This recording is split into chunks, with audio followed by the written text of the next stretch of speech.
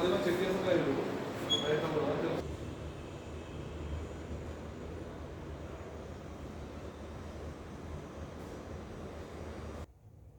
పేరు జయలక్ష్మి. నేను తాండూరులో ఉంటున్నాను. నాకు ఆరోగ్యం చెడిపోయినప్పుడు తాండూరులో ఉన్న ఒక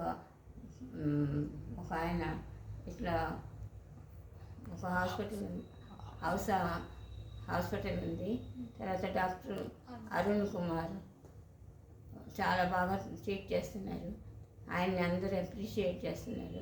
కానీ అది తెలిసిన తర్వాత నేను కూడా పోయి అక్కడ ఆయన దగ్గర ట్రీట్మెంట్ తీసుకుని బాగైపోయాను. కానీ నేను బాగవటం కాదు, ప్రజలందరూ కూడా బాగుపడాలి.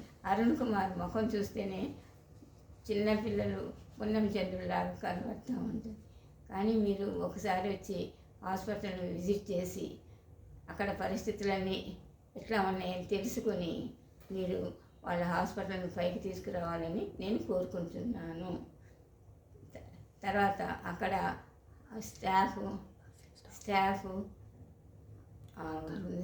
సిస్టర్స్, ఆయమ్మలు, తదితరులందరూ కలిసి ఒక్కొక్క రోగిని ఎంత బాగా పరిశీలించి వాళ్ళని మంచిగా చేసి వాళ్ళ ఇంట్లోకి పంపిస్తున్నారు. అందులో అరుణ్ కుమార్ ఎక్కువ పైసలు కూడా తీసుకోరు. మనం ఏదన్నా అడిగితే సరేనమ్మా అని చెప్తారు.